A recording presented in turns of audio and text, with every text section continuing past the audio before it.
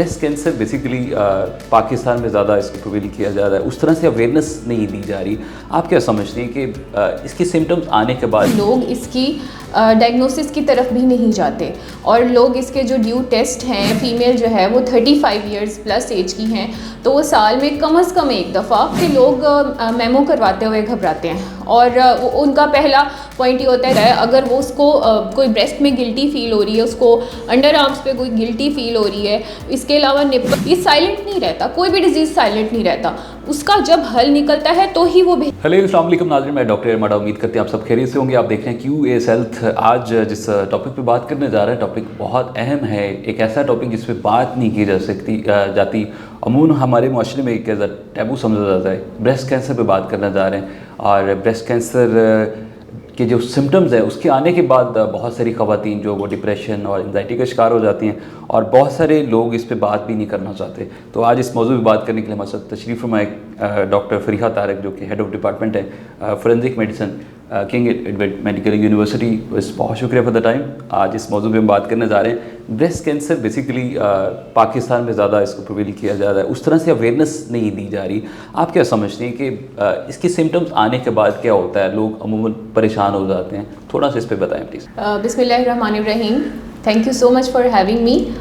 मैं इसके सिम्टम्स पे आने से पहले आपको थोड़ा सा इस बात में आगाह करना चाहूँगी कि लोग इसकी डायग्नोसिस की तरफ भी नहीं जाते और लोग इसके जो ड्यू टेस्ट हैं, जैसे मेमोग्राम्स हैं, मेमोग्राफी करानी है, वो नहीं कराते। तो इसके लिए सबसे ज़्यादा ज़रूरी ये है कि अगर जो है फ़ीमेल जो है वो 35 इयर्स प्लस एज की हैं, तो वो साल में कम से कम एक दफ़ा या प्रेफरेबली 2 दफ़ा अपने जो ड्यू टेस्ट हैं वो कराते रहें, मेमोग्राम करा लें। उससे अर्ली डायग्नोसिस हो जाता है और अर्ली डायग्नोसिस जो है that leads too early treatment. तो अब होता क्या है पाकिस्तान में, जो एक टिपिकल ट्रेंड देखने में आया है वो ये है कि लोग मेमो करवाते हुए घबराते हैं और उनका पहला पॉइंट ये होता है कहीं हमें कैंसर ना निकल आए। And this is very typical for every women ना, तो वो करवाते हुए घबराते हैं और वो करवाते नहीं हैं और एक स्टेज आती है कि गॉड फॉरबिड कई दफ़ा वही निकल आता है जो वो सोच रहे होते हैं। तो उसका बेस्ट जो है वो हल ये है कि टाइम पे मेमो करवाया जाए और साल में एक दफ़ा कम से कम, जैसे अक्टूबर है वो ब्रेस्ट कैंसर की अवेयरनेस का मंथ है, तो उसमें मोस्टली लोग जो हैं वो मेमो करवाते हैं। लेकिन ये चीज़ इवन डॉक्टर्स भी इस चीज़ के अंदर थोड़े से कई दफ़ा नेग्लिजेंट होते हैं और उन्हें बहुत लेट डायग्नोज होता है कैंसर। अगर टाइम पे आपके टेस्ट हो रहे हैं और अर्ली डायग्नोसिस हो गया है, अर्ली जो है वो डिटेक्ट हो गया डिज़ीज़, तो स्टेज 1 और स्टेज 2 ये 2 स्टेजेस हैं जो बहुत अच्छी ट्रीट हो सकती हैं टाइमली। लेकिन अगर लेट डायग्नोसिस है तो उसकी जो ट्रीटमेंट है उसमें भी काफ़ी टाइम लग जाता है, कॉम्प्लिकेशंस भी आ जाते हैं और उसके एंड रिजल्ट्स भी बहुत ज़्यादा सर्टेन नहीं होते। तो अभी नीड ऑफ द आवर ये है कि इस चीज़ को समझा जाए कि ब्रेस्ट कैंसर जो है हर 8 में से 2 ख़वातीन को इस वक्त हो रहा है पाकिस्तान में और इसके मुख्तलिफ रीज़न्स हैं। ये जेनेटिक भी है, मल्टीपल इसके मल्टीफैक्टोरियल इसकी कॉजेज़ होती हैं। तो इसको एड्रेस करने का बेस्ट तरीका ये है कि अर्ली डायग्नोसिस हो, अर्ली डिटेक्शन ऑफ डिजीज़ हो और अर्ली ट्रीटमेंट शुरू हो। And I have seen such patients and such cases जिनका स्टेज 1 पे डायग्नोसिस हुआ और 1 साल के अंदर अंदर उनकी ड्यू ट्रीटमेंट हुई, रेडियो, कीमो और सारी ट्रीटमेंट्स के साथ वो आफ्टर एंड ऑफ 12 मंथ्स और 1 ईयर जो है they were free of cancer. So this has actually happened. अच्छा, वैसे कि एक टैबू बन चुका है हमारे माशरे में, इसको उस तरह से बात नहीं की जाती। अगर माएँ या बहनें अपने घर वालों से, अपने मेल हजरात से बात करना चाहें तो वो हेजिटेट होती हैं। इवन कि अपने हस्बैंड से भी वो कोई फीमेल बात नहीं कर पाती। इस इशू को आप क्या देखती हैं कि इसको हम किस तरह से टैकल कर सकते हैं? क्योंकि हमारे यहाँ उस तरह से इसको ओपनली बात नहीं की जाती, क्योंकि हेल्थ का इशू है, इससे बहुत सारी अमवात भी हो रही हैं। हमारे यहाँ पिछले दिनों में देख रहा था कि बहुत सारी ख़वातीन जो आखिरी स्टेज पे थी उनकी डेथ्स हुई। तो आप इस पे क्या, आपका क्या है? इसको टैकल करने के लिए 2 बातें हैं। एक तो ये कि जो घर के मेल हजरात हैं वो अपना लीड रोल प्ले करें और वो अपनी घर की जो फीमेल्स हैं उनमें ये कॉन्फिडेंस बिल्ड करें कि जब भी आपको कोई मसला होगा तो आपने मुझे बताना है। और वो मसला किसी भी नौइयत का हो सकता है। अगर वो उसको कोई ब्रेस्ट में गिल्टी फील हो रही है, उसको अंडर आर्म्स पे कोई गिल्टी फील हो रही है, इसके अलावा निप्पल से कोई मादा है जो डिस्चार्ज है, मुख्तलिफ तरह के सिम्टम्स होते हैं ब्रेस्ट कैंसर के। अगर उसको कोई कंप्लेंट आ रही है तो उसने अपने घर के जो भी उनके घर में शौहर हैं, फादर हैं, भाई हैं, उनको बताना है, जो भी उनके इमीडिएट फैमिली मेम्बर्स हैं, ताकि वो उनको आगे किसी और डॉक्टर के पास लेके जाएं। अब उसमें एट द फर्स्ट स्टेप तो जो खातून है या जो लेडी है उन्होंने खुद अपने लिए खड़ा होना है।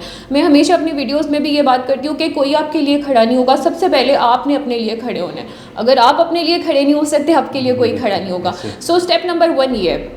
दूसरा ये है कि जो घर के मेल हजरात हैं वो लीड रोल लें और उनको ये कॉन्फिडेंस दें कि आपको कोई भी मसला आपने मुझे बताना है, I take you to the doctor. इसमें शर्माने की बात नहीं है। इसमें जो है हमारी जो माएँ हैं, जो बुज़ुर्ग ख़वातीन हैं, वो थोड़ा सा शर्माती हैं अपने बेटों को बताते हुए। हस्बैंड जो है वो उनके उतना वेल अवेयर नहीं होते, बच्चे थोड़े से ज़्यादा एजुकेटेड होते हैं, तो वो अपने बेटों और डिपेंडेंट भी वो फिर बेटों पर ज़्यादा होती हैं, तो उनको बताते हुए घबराती हैं। मैंने ऐसे बहुत सारे केसेस देखे हैं। लेकिन अगेन उनको ये अवेयरनेस देनी है कि जैसे आपकी मामा है कि अम्मी जी या मामा, आपने मुझे बताना है जब भी कोई मसला हो, I take you to the doctor, तभी इसका हल निकलेगा। और अगर इसका हल नहीं निकलेगा तो ये वर्सन होगा। ये साइलेंट नहीं रहता, कोई भी डिजीज़ साइलेंट नहीं रहता। उसका जब हल निकलता है तो ही वो बेहतरी की तरफ आना शुरू होता है। So yes, again males of the society they need to take part as lead role. और दूसरा जो फीमेल्स हैं वो खुद अपने लिए स्टैंड लें। कोई मसला हो घर पे बताएं। अगर वो खुद जा सकती हैं डॉक्टर के पास, वेल एंड गुड, कोशिश करें अपने घर के बड़ों को वेल इन्फॉर्म रखें। आपके घर पे जो male members of the family हैं उनको इन्फॉर्म करें और फिर go towards a proper treatment. और उसके लिए बहुत सारे सेंटर्स बने हुए हैं, बहुत अच्छे सेंटर्स बने हुए हैं पाकिस्तान में।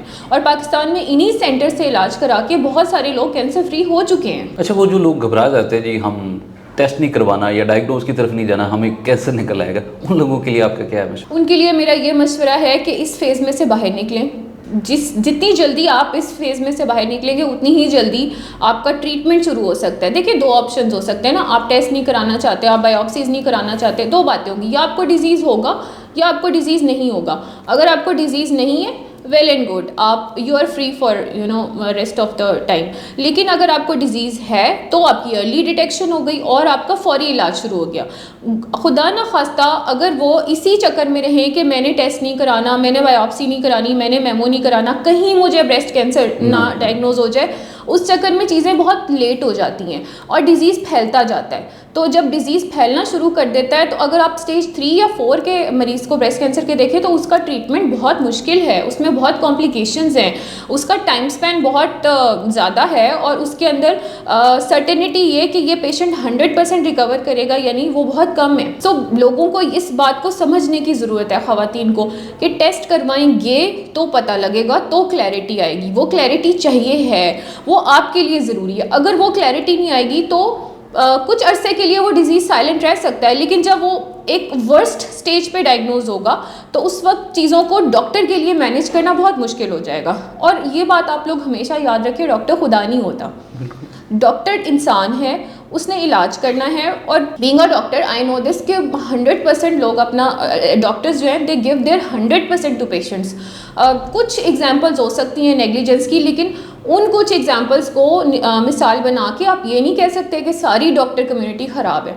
डॉक्टर्स अपना 100% देते हैं किसी भी मरीज़ के ट्रीटमेंट में। At the end of the day doctor खुदा नहीं है, तो ट्रीटमेंट शिफा आपको अल्लाह ने देनी है। डॉक्टर जो है एक वसीला है जो आपका इलाज कर रहा है। सो ये बातें माइंड में रखने की ज़रूरत है कि instead of blaming doctor at the end, आप शायद खुद 4th स्टेज ऑफ कैंसर पे गए हों, खुद लास्ट मोमेंट पे गए हों डॉक्टर के पास और एट द एंड चीज़ें अगर मैनेज नहीं हो पाई तो ये इल्ज़ाम लगा देना कि जी डॉक्टर ने मरीज़ मार दिया, दिस इज़ वेरी रॉन्ग। बहुत शुक्रिया। Well, we have miss doctor Fariha Tariq जो मैं बता रही थी कि किस तरह से कैंसर को अवेयर किया जा सकता है, कैंसर की अवेयरनेस ख़वातीन को और फैमिलीज़ को दी जा सकती है और इससे बचाव किस तरह से किया जा सकता है, हिफाजती तदाबीर क्या होनी चाहिए। और पीछे हमने देखा कि वेल अवेयर के हवाले से, अवेयरनेस देने के हवाले से डॉक्टर फरीहा भी बहुत सारा काम कर रही हैं और इनकी खिदमात को भी हम सराहते हैं। और आज का जो इस सेगमेंट को हम अपने इख्तिताम की तरफ लेके जाते हैं, उम्मीद करते हैं आज का ये सेगमेंट आपके लिए बहुत मुफीद साबित होगा। अपने मेज़बान डॉक्टर एम को इजाज़त दीजिए, अल्लाह के बाद।